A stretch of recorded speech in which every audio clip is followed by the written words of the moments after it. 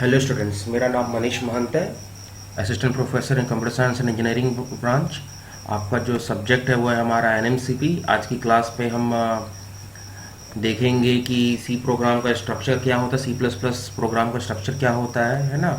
Compile कैसे करते हैं, सेमी कॉलन क्यों लगाते हैं, डेटा टाइप्स क्या होता है, वेरिएबल्स क्या होता है, कीवर्ड्स क्या होते हैं, आइडेंटिफायर्स क्या होते हैं, इसके बारे में स्टडी करेंगे। ठीक है, तो ये आज हम देख लेते हैं कि सी प्लस प्लस प्रोग्राम का स्ट्रक्चर क्या होता है।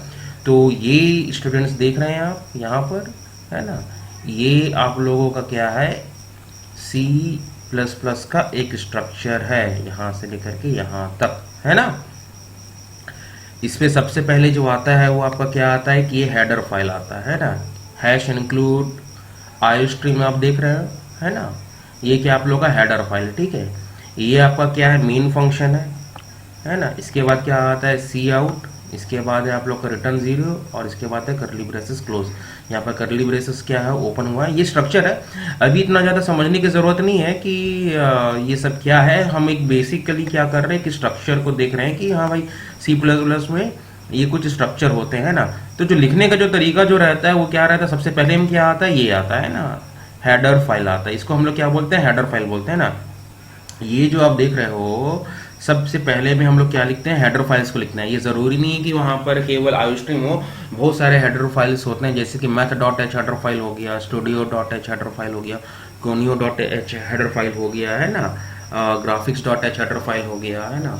ये सब हेडर फाइल्स होते हैं। खैर आने वाले समय में हम इसको देखेंगे कि ये सब हेडर फाइल्स क्या होता है, इसके यूजेस क्या होते हैं, ठीक है। इसके बाद जो नेक्स्ट जो आता है ना, हेडर फाइल के जस्ट नीचे में हम लोग क्या लिखते हैं, ये मेन फंक्शन को इंक्लूड करते हैं, ठीक है। मेन फंक्शन को इंक्लूड करते हैं, ठीक है। इसके बाद हम लोग क्या इंक्लूड करते हैं, ये करली ब्रेसेस को हम लोग ओपन करते हैं। ओके, नेक्स्ट स्टेप में करली ब्रेसेस को ओपन करते हैं, ठीक है। करली ब्रेस जहां से ओपन होता है और जहां पर करली ब्रेस ये यहाँ पर क्लोज हुआ, करली ब्रेस आपका है ना, ये करली ब्रेस यहाँ पर क्लोज हुआ, यहाँ पर है ना। तो जहां से शुरू हुआ जहां पे खत्म, इसके बीच में क्या रहते हैं, स्टेटमेंट्स रहते हैं ना, स्टेटमेंट्स रहते हैं, ठीक है।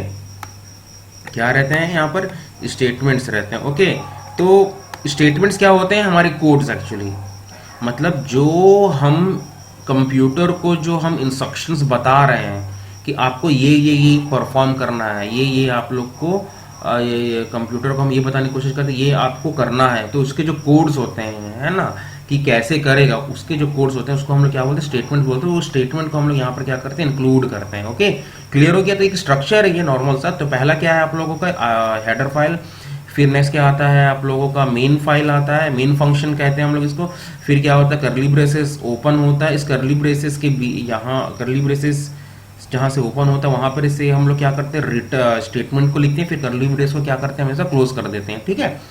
तो इसको हम लोग देख लेते हैं कि ये सब चीज होता क्या है ना। करली ब्रेस को जो हम लोग ओपन कर रहे हैं, करली ब्रेस को जो हम लोग क्लोज कर रहे हैं, या तो फिर हेडर फाइल को लिख रहे हैं, वो सब क्या होता है इसके बारे में हम लोग स्टडी कर लेते हैं।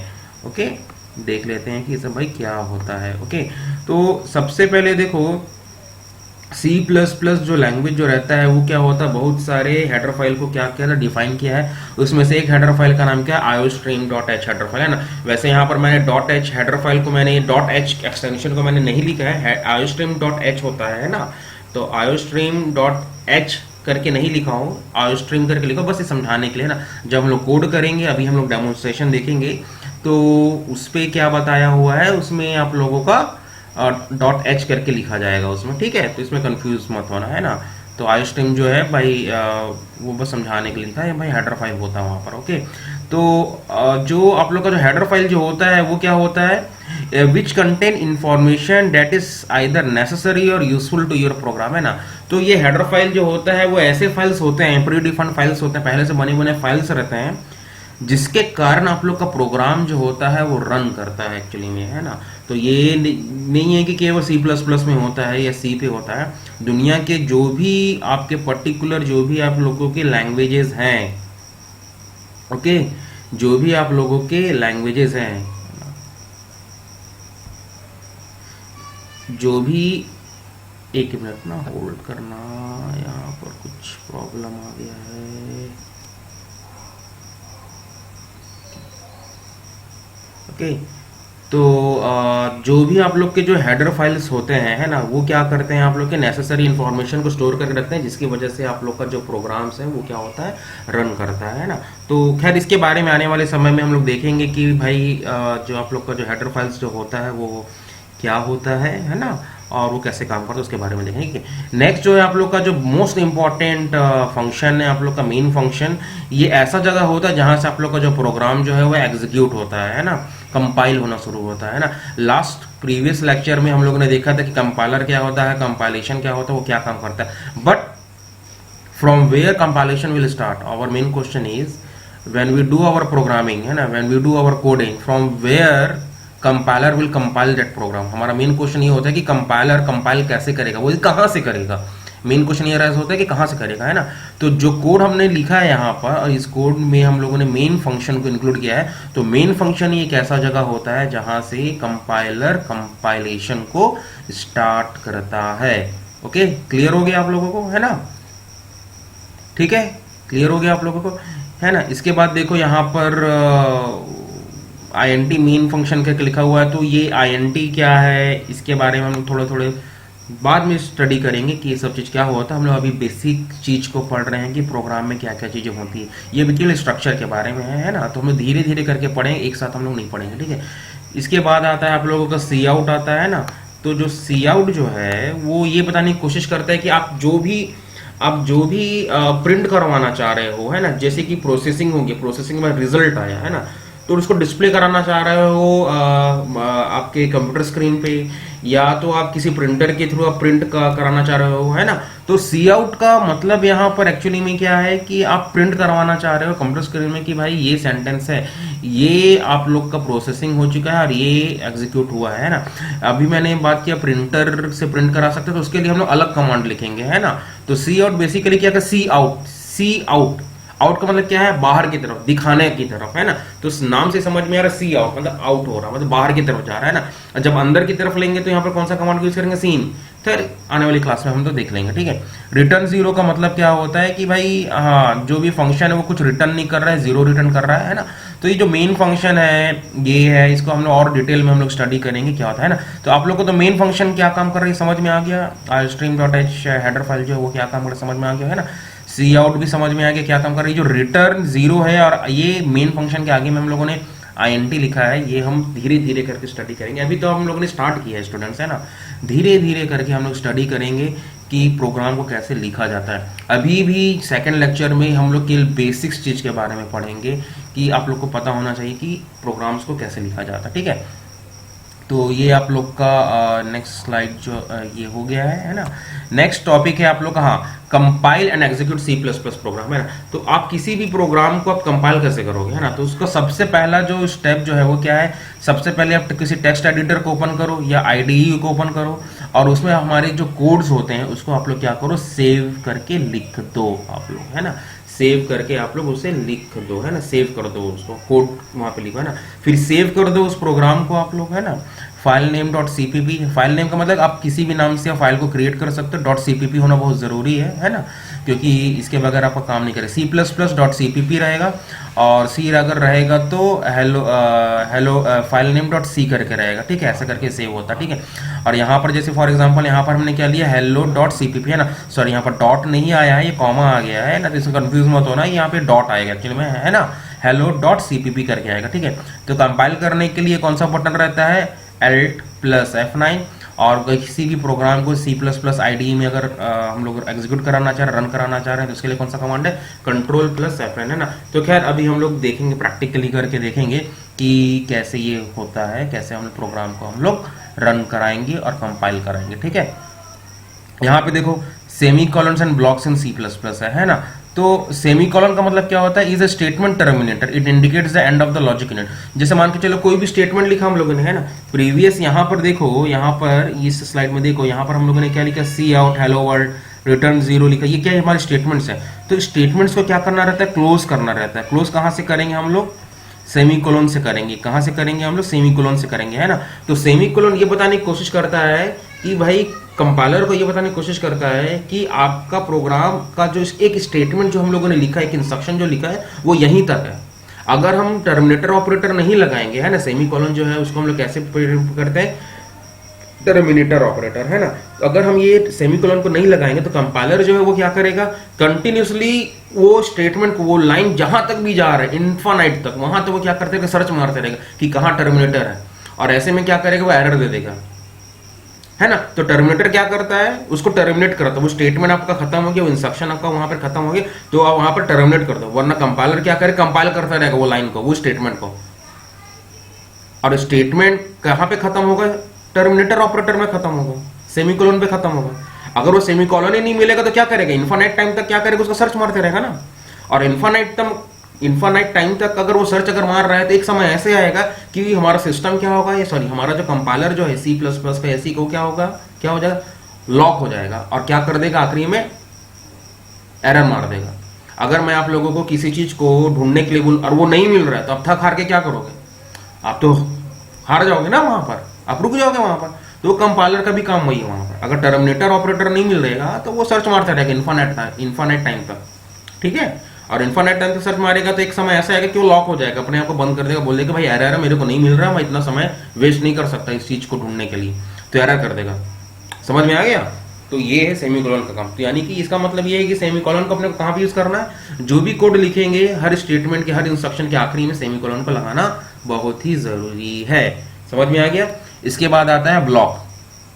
तो ब्लॉक जो है वो क्या है, it is a set of logically connected statement that are surrounded by the opening and closing of the braces, है ना। तो ये देखो हम लोगों ने यहाँ पर ओपन किया ब्रेस को और यहाँ पर क्या किया, क्लोज किया ब्रेस को, और ये जो रहता है इसको हम लोग क्या बोलते हैं, ब्लॉक बोलते हैं। और इसी ब्लॉक के अंदर पे क्या किया, ये क्या लिखा जाता है, हमारे इंस्ट्रक्शंस को लिखा जाता है, जिसको हम यहाँ पर क्या बोल रहे हैं स्टेटमेंट्स बोल रहे हैं। ठीक है स्टूडेंट, समझ में आ गया आप लोगों को। ठीक है, नेक्स्ट स्लाइड में देखते हैं आइडेंटिफायर्स, है ना। तो आइडेंटिफायर्स क्या होता है, C++ identifier is a name used to identify a variable, function, class, module or any other user defined item.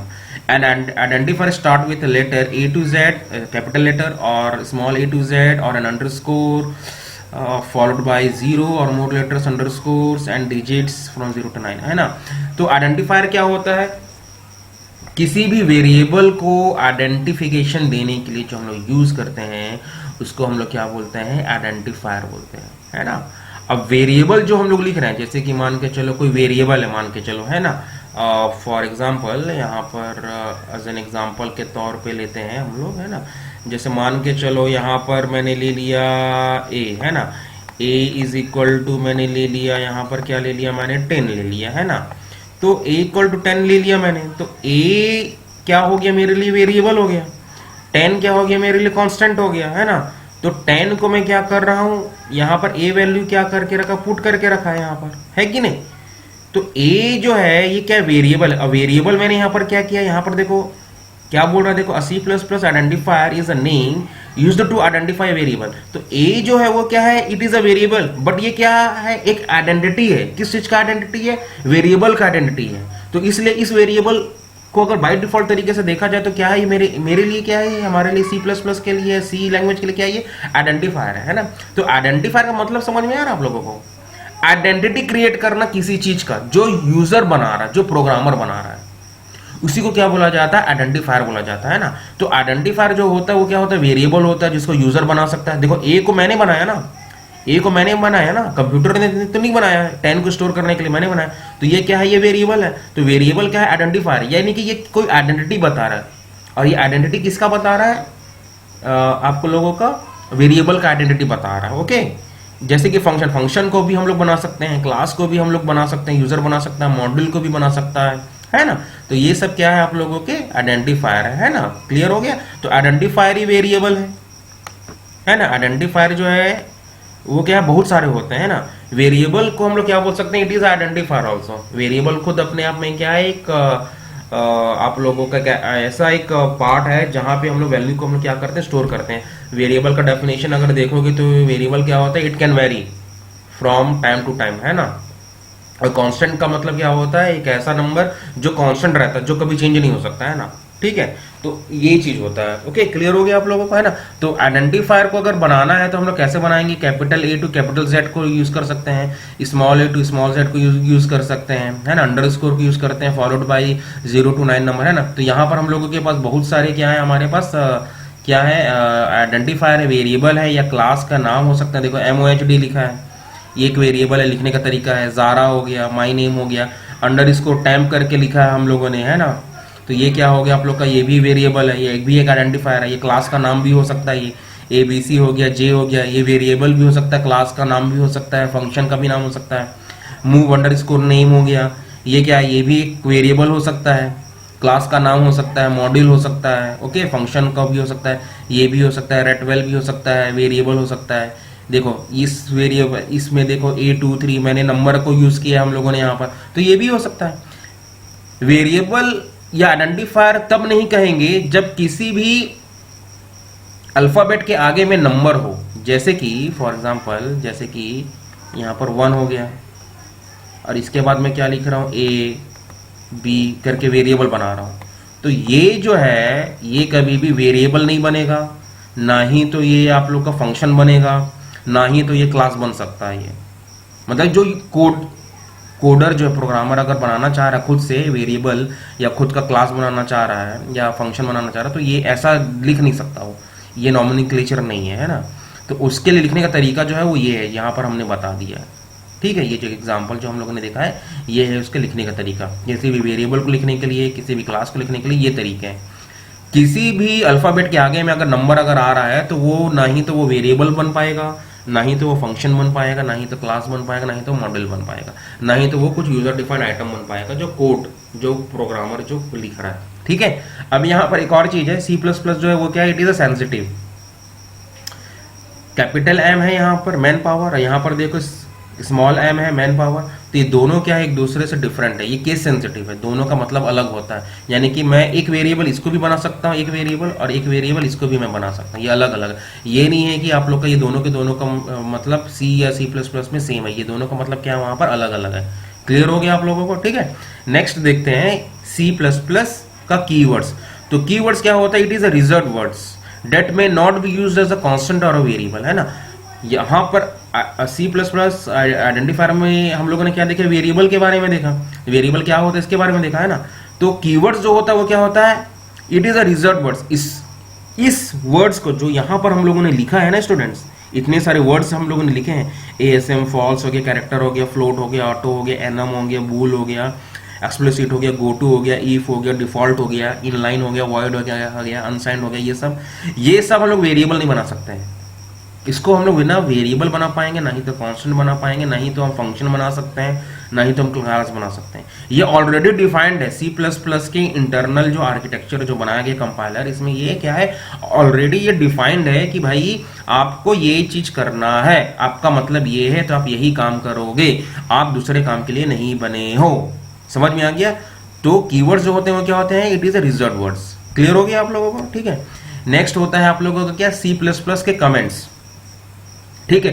Comments का मतलब क्या होता है, देखो कमेंट्स का मतलब क्या होता है, program comments are explanatory statement that you can include in C++ code. This comments helps anyone reading the source code, all programming language allow for some form of the comments, है ना। तो आप लोग का जो कमेंट्स जो होता है वो क्या होता है, C++ कोड का एक पार्ट होता है, बट रनिंग के समय वो कमेंट रन नहीं होता, कभी भी रनिंग के समय कभी भी वो कोड रन नहीं होता है। बात समझ में आ गया। जैसे कि फॉर एग्जांपल यहाँ पर देखो हम लोगों ने हेलो वर्ल्ड का एक छोटा सा प्रोग्राम बनाया और यहाँ पर हम लोगों ने //प्रिंट्स हेलो वर्ल्ड करके हम लोगों ने लिखा है। तो ये प्रोग्राम का पार्ट तो है, बट जब रन होगा, एग्जीक्यूट होगा, तो इसका कोई मतलब नहीं रहेगा। कंपाइलर इस समय जो भी चीज कमेंट में लिख दिया जाता है उसको वो उस समय इग्नोर कर देता है। रनिंग में जब एग्जीक्यूट होता है हमारा प्रोग्राम, तो उस समय हमारा कंपाइलर जो भी हम लोगों ने कमेंट्स में लिखा है उस चीज को वो नेग्लेक्ट कर देता है, इग्नोर कर देता है। कमेंट को लिखने का मकसद ये रहता है कि आम प्रोग्रामर को या आम लोगों को समझाने के लिए कि ये प्रोग्राम क्या काम कर रहा है। समझ में आ गया। जब बड़े बड़े प्रोग्राम्स लिखते हैं, thousands of lines of codes रहते हैं, अगर वो प्रोग्राम जो लिख रहा है उसको तो समझ में आएगा, लेकिन मान के चलो किसी कारणवश से उसको कुछ हो गया और वो प्रोग्रामर वो दूसरे को हैंड ओवर कर देता है, तो वो तो नया है उस चीज के लिए, तो वो कैसे समझेगा कि यहाँ ये प्रोग्रामर क्या काम कर रहा है, ये फंक्शन क्या काम कर रहा है। तो सबसे अच्छा तरीका जो होता है लिखने का वो क्या होता है, आप हर एक प्रोग्राम में कमेंट्स को लिखो, और कमेंट्स ऐसे ऐसे जगह पे लिखा जाता है जहां पर उसकी जरूरत होती है, और ये समझाने की कोशिश किया जाता है उस कमेंट्स के थ्रू कि ये प्रोग्राम क्या काम कर रहा है, ये फंक्शन क्या काम कर रहा है, ये वेरिएबल क्या काम कर रहा है, हर चीज उसमें लिख दिया जाता है, ताकि अगर एक नया प्रोग्रामर उस चीज को मॉडिफाई करने की कोशिश कर रहा है तो इसको समझ में आ जाए कि ये प्रोग्राम एक्चुअली किसके लिए है, क्या काम कर रहा है, हर एक कोड हर एक इंस्ट्रक्शन का मतलब क्या है, वहां पर वेरिएबल क्या काम कर रहा है, हर एक चीज का मतलब उसे डिफाइन होता है। क्लियर हो गया। तो कमेंट्स जो होते हैं वो दो प्रकार के होते हैं, है ना। कमेंट्स जो होते हैं वो क्या होते हैं, दो प्रकार के होते हैं।